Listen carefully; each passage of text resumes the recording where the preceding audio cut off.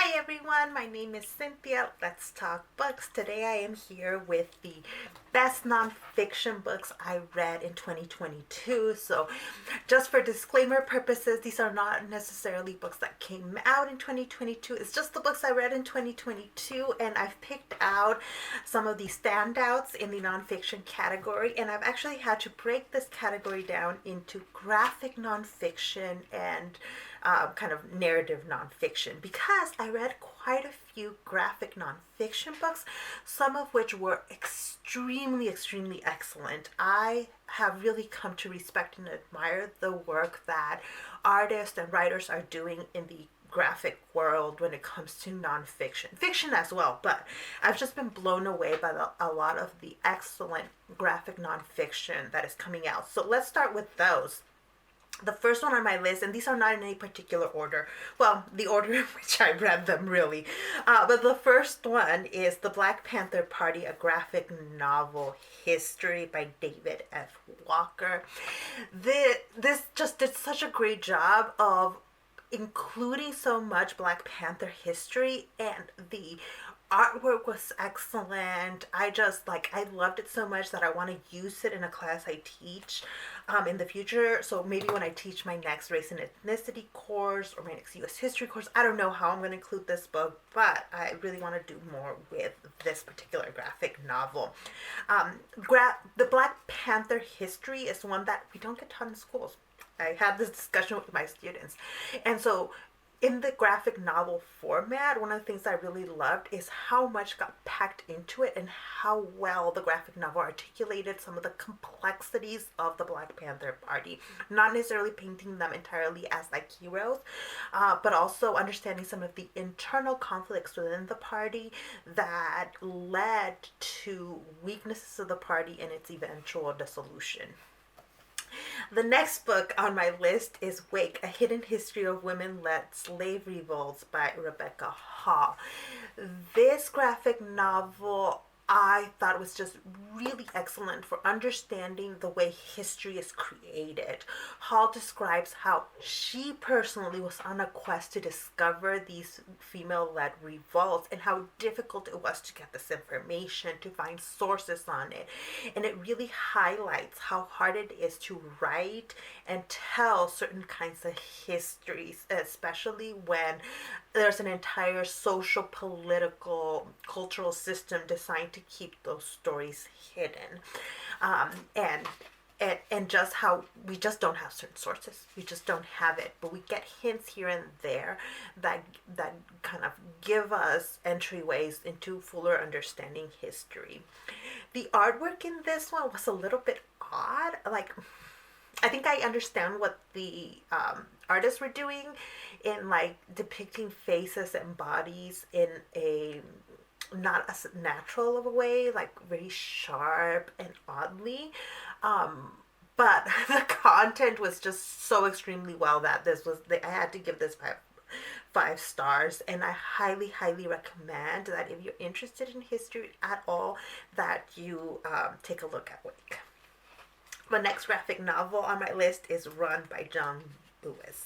So he had basically finished making this novel right before he passed away, and what I really loved here is the way he went into the divisions within SNCC, the Student Nonviolent Coordinating Committee. He was the head of SNCC for a long time, or for a few years, and his politics just aligned a little bit better with the Southern Christian leadership movement and Martin Luther King. But he was leader at a time in which the Black Power movement was growing in power, and therefore his leadership within the SNCC was really being questioned. But the way he talks about the Black Power movement and about those that were advocating for more radical change and more radical tools to be used here is so wonderful. Like he acknowledges that they have a point, that he disagreed with it, but he never like says they're wrong or like tries to trash talk them or anything like that. And clearly there were significant differences and hurt feelings over some of the issues that had arisen. So he had like probably feelings of resentment towards them, but that like the way he talks about them is just so well done. I there's so much to admire about John Lewis, the work he did, and also how he preserved a lot of that history, or tried to preserve a lot of his personal experience via the graphic novels that he worked on. So highly recommend Run. I mean, I loved it so much, by the way, that I had originally checked out the book from the library, but I had to buy myself my own copy. Next on the list is Good Talk by Mira Jacobs. This is another book that is like, it chronicles quite a bit actually, in history, when we talk about like Donald Trump, 9/11. It's set in New York because that's where Jacobs was. This is a bit of a memoir. It's the author's personal experience with explaining race and conflict in our country to her son, and a lot of it having to do with the election of Donald Trump in 2016. But it expands on a lot of different topics, and living in New York and such, and her life. But it is capturing a moment in history, or several moments in history, so beautifully through personal history. It was just so good, the way that she talks about dealing with family members that voted for Trump, in-laws especially, and how you deal with that when you have children that you want, and you want them to have a relationship with their grandparents, but also you also want to protect them, and the difficulties that they're going to have to deal with. So anyways, it's just really excellent kind of memoir, and a good way of capturing that history. And last on my graphic novel nonfiction list is Freedom, the Story of the Black Panther Party. So this is another graphic novel on the Black Panther Party, but meant for a younger audience. This one did a really excellent job.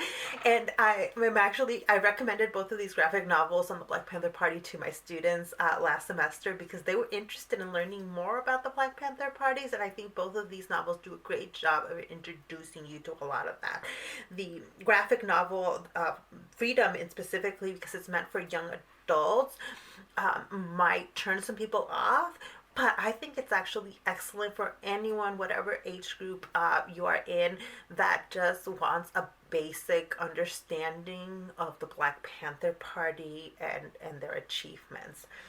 This one again did not gloss over some of the problems within the Black Panther Party, and it also didn't cast them as just like villains in the story the way they have been in American media and culture. So all of these books are excellent, and I hope that you will pick up at least one of these, because I cannot speak highly enough of these books. But let's move on to then the narrative nonfiction books that I loved in 2022. The first one is From Black Alley to the Border by Alicia Gutierrez-Romine. And so I gave a talk at an organization and on a panel with Gutierrez-Romine, and I loved, I basically fell in love with her work. I had to pick up the full book, and it is excellent. It's a very academic book. I believe when I bought the book, it was only available in hardcover, so it was more pricey. But if you have access to a university library, I highly recommend you get them to buy it, or maybe a public library would be willing to buy it. It's all about abortion in California and the lack of access to abortion in California before Roe v. Wade, right? California was one of the states where abortion was illegal, but was widely practiced. And so what Gutierrez-Romine talks about is the way in which people accessed abortion, one, via crossing the border and going to Mexico, but also through illegal abortion clinics. and a network of illegal abortion clinics that occurred in California. And so all of that history is really, really fantastic. So highly recommend anybody interested more in the history of abortion, specifically in the U.S. and in California, to pick that one up. Next on my list is The Price of the Ticket by James Baldwin. This is actually a compilation of Baldwin's nonfiction work. Let me pick up the book because I've read this with a fantastic group of people, and it's a thick one. It's quite a thick book, but so worth it. And not necessarily, like, I read it from cover to cover. And I think that I had a fantastic experience doing that, especially reading it with a group of fantastic people. But I think it's great to even just have this book to be able to read more on particular topics. Like, I've actually been sending my brother several of these essays because he like, things come up in culture and media on the topic, for example, of like anti-Semitism in the Black community, things like that. And there are a lot of great people writing about those topics today, but most of those topics are not new, right? And Baldwin has some beautiful, intelligent, complex things to say about a lot of topics that are still relevant today, about the teaching of history, leaving slavery out of it, leaving African Americans out of that history, anti-Semitism, about colorism, about just class dynamics, Marxism, the Black Panthers, Martin Luther King. He has a fantastic essay on Coretta Scott King. I just I fell in love with Baldwin's nonfiction writing. I didn't always agree with him, but everything was thought-provoking, brilliant.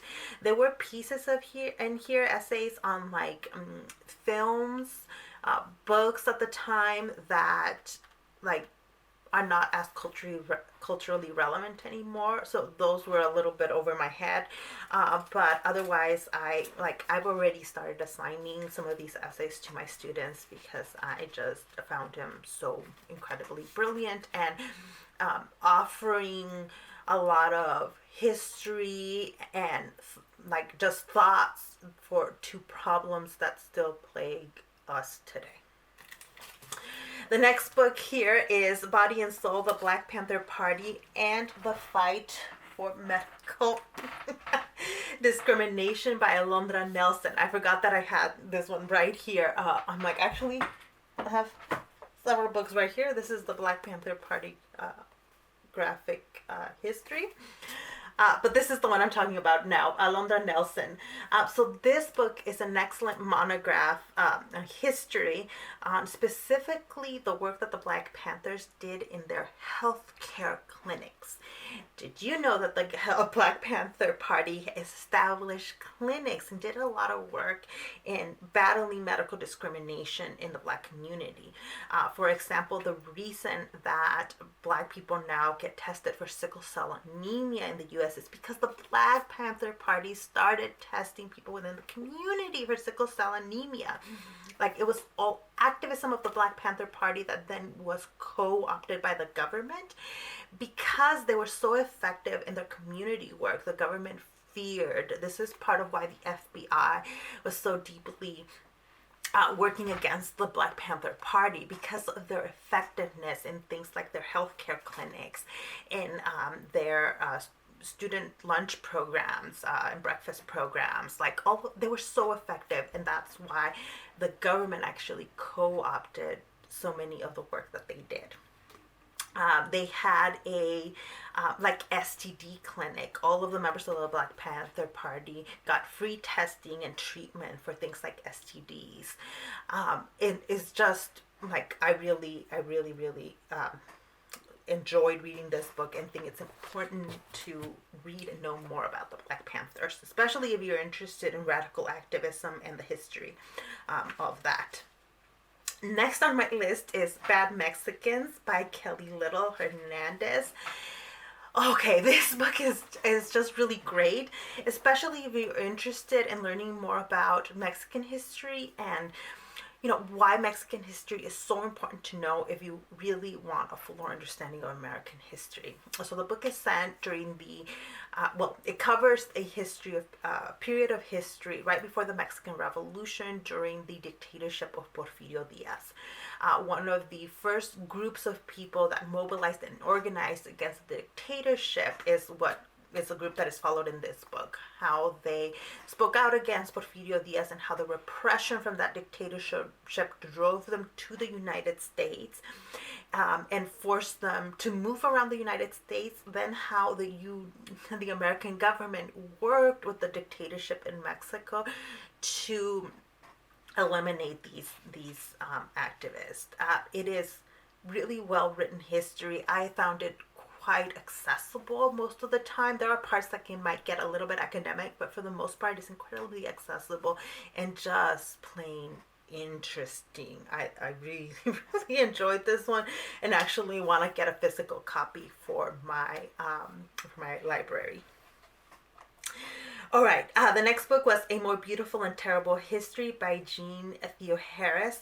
This book immediately already am referencing it in a lot of my classes. This is a book that follows women in the civil rights movement, because women have been left out of the history, the way we teach and we tell and celebrate the history of the civil rights movement. And for example, Coretta Scott King, it's thanks to her that we have Martin Luther King Jr. Day. So much of his legacy was cemented by her. But in addition, she was an activist in her own right before she met King. She was actually very reluctant to even marry King because she had goals and like her career expectations, all of that before she met him. But she was also like on board and much more radical than he was radical before he he was. So for example, she was against the Vietnam War before he publicly was against the Vietnam War. So things like that are really great, and we should be celebrating her when we celebrate him and on her own. And there's several other women in here that are also chronicled. I just wanted to at least touch on her um, and highlight how important it is to know the history of these women. And then the last book on my list is a beautiful memoir, beautiful memoir, Solito by Javier Zamora. This is my favorite book I read in 2022. So if you pick up nothing else that I recommend, please pick up Solito. In it, Zamora tells his life story as a child living in El Salvador while his parents were in the United States. They came to the United States, left him with his grandparents, and then they paid coyote smugglers to bring him to the U.S. So his journey takes him from El Salvador to Guatemala and then through Mexico. It's an incredibly scary journey because he did it as a 8 or 10 year old, as a child, by himself. And it was really hard. I have a really hard time reading immigration stories because those are my stories. Those are stories of my family, of my community, and I get very emotional reading them. And this book was incredibly emotional, but also worth it. You need to read this because as the number of unaccompanied minors increases at the U.S.-Mexico border, especially from Central America, it is important to understand their stories, why they did do why they're making this journey, and their experiences along on this. And in a lot of ways, Zamora's journey was good.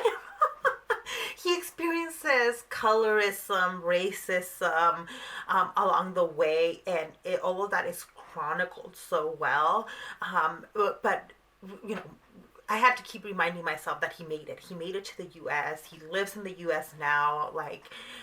so he survives this journey and is doing well now, but so many other kids go through very similar journeys with a lot worse outcomes, and it's important to know their stories and to understand them at the same time that people demand that the government do things to alleviate the